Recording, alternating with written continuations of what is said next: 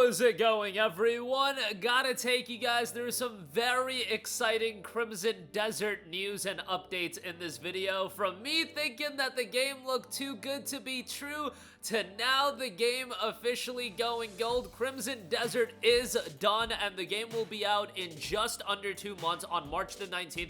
But before we talk the Crimson Desert news, I do want to note that our friends over at Green Man Gaming do have Crimson Desert on PC and Steam 15% off. You can use the code JAN15, that's JAN15, and you'll get 15% off. You'll pay $59.49. You won't pay tax either. Steam code. It's a great value pickup. I'll leave a link in the description box below, and if you end up buying it, we do get an affiliate kickback, which is much appreciated if you're looking to play Crimson Desert on PC and Steam. Link in the description box below. But yes, Crimson Desert from Pearl Abyss has officially gone gold. They put out a statement. We sincerely thank our fans around the world for being with us on this meaningful journey. Thanks to your support, we have reached this important milestone. We look forward to welcoming you to the continent of Pywell on March 19th.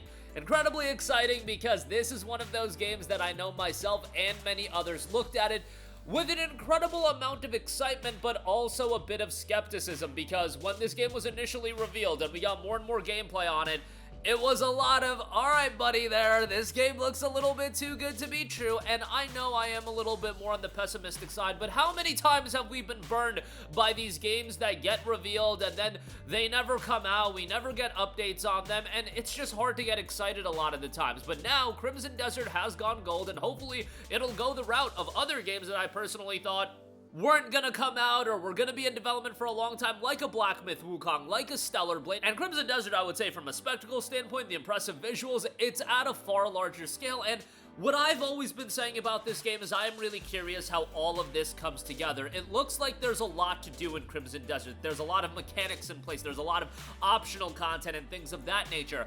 How does that all come together in this open world that's said to be larger than the open world in Red Dead Redemption 2, that's supposed to be significantly bigger than the open world in Skyrim? And I know Skyrim came out 15 years ago, but Skyrim, if you go back and play, still has a significant open world. And Crimson Desert going for this absolute spectacle of an open world with a sizable amount of content. What I'm curious about is, how does all that content come together?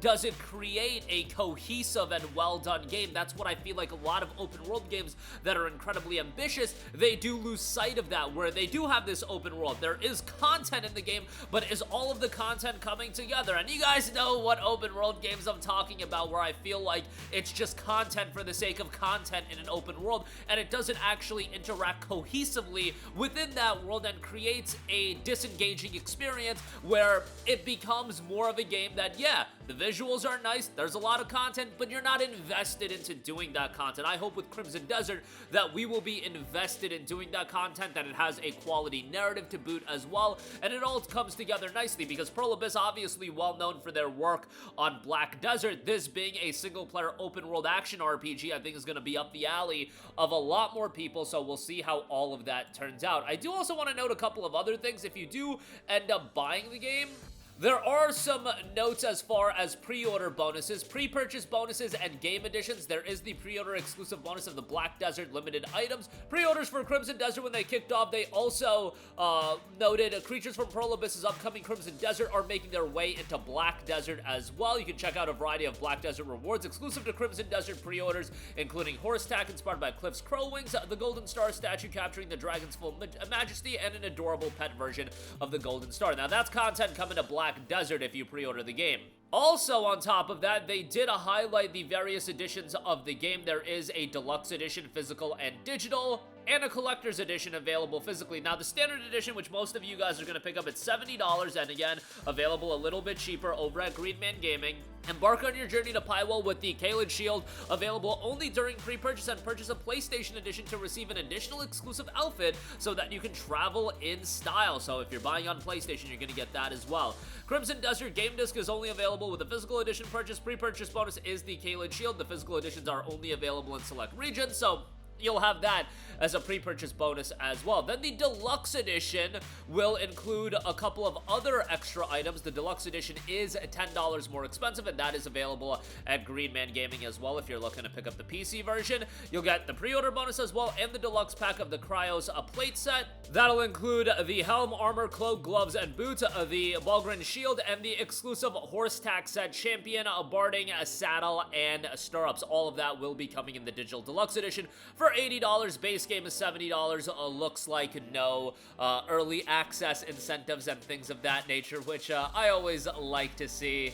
You know, not a big fan of the fake early access and whatnot, but again, the game looks like a massive, massive open world game, and it's certainly building a lot of hype, and now that we know that it's actually coming out in March, I think this is going to be one of the bigger games of early 2026, and bear in mind, it doesn't have a ton of competition in the form of open world RPGs. Like, there's not a big From Software game, for example, coming out that's going to be a sizable action RPG. Neo 3 is coming out in early February, but March is relatively quiet when you talk about the big releases in the form of open world RPGs. So if Crimson Desert comes out, and it comes out swinging with a bang, and it's this big game that is relatively well received, I think from a commercial standpoint, it's going to do very well. And you guys have heard me in the past, I talk about the $70 price tag and how that leaves me to be a little bit skeptical on how a game's going to do. Crimson Desert is one of those games that I think people are viewing it as this vast open world RPG with a lot of content. This is the style of game that $70 isn't going to be a big deal. It's the bigger games with a ton of content that are incredibly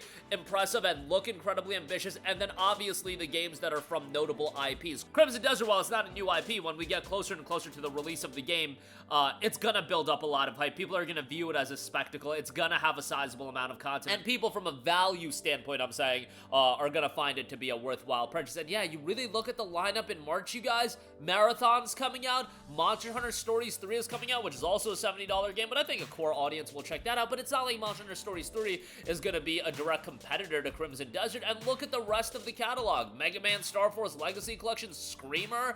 Like, there are games that I'm personally excited for, but Crimson Desert is going to stand alone as that big title in March, and it'll be a few weeks after the Resident Evil Requiems of the world, and that's not going to be a game that, you know, people are going to invest 50, 60 hours into, at least right out the gate. At least most people are not. And you look at the February lineup, I don't think there's really anything that's going to be a direct competitor for Crimson Desert, so I think there's going to be a lot of attention around the game. Now, it's really on Pro Abyss to deliver something of quality. And we've already seen a lot of people say that it's one of the most technically impressive games that they've seen, and it's an incredibly ambitious game. Again, my standpoint is, how is that all going to come together? But that is going to do it for me. Again, check out Green Man Gaming if you are looking to pick up a PC copy a little bit cheaper. Link in the description box below. Let me know your excitement level for Crimson Desert, an upcoming open world action adventure RPG. A lot of content, incredible visuals, tons of particles, and tons of things going on screen. And honestly speaking, looking at the PC system requirements, not too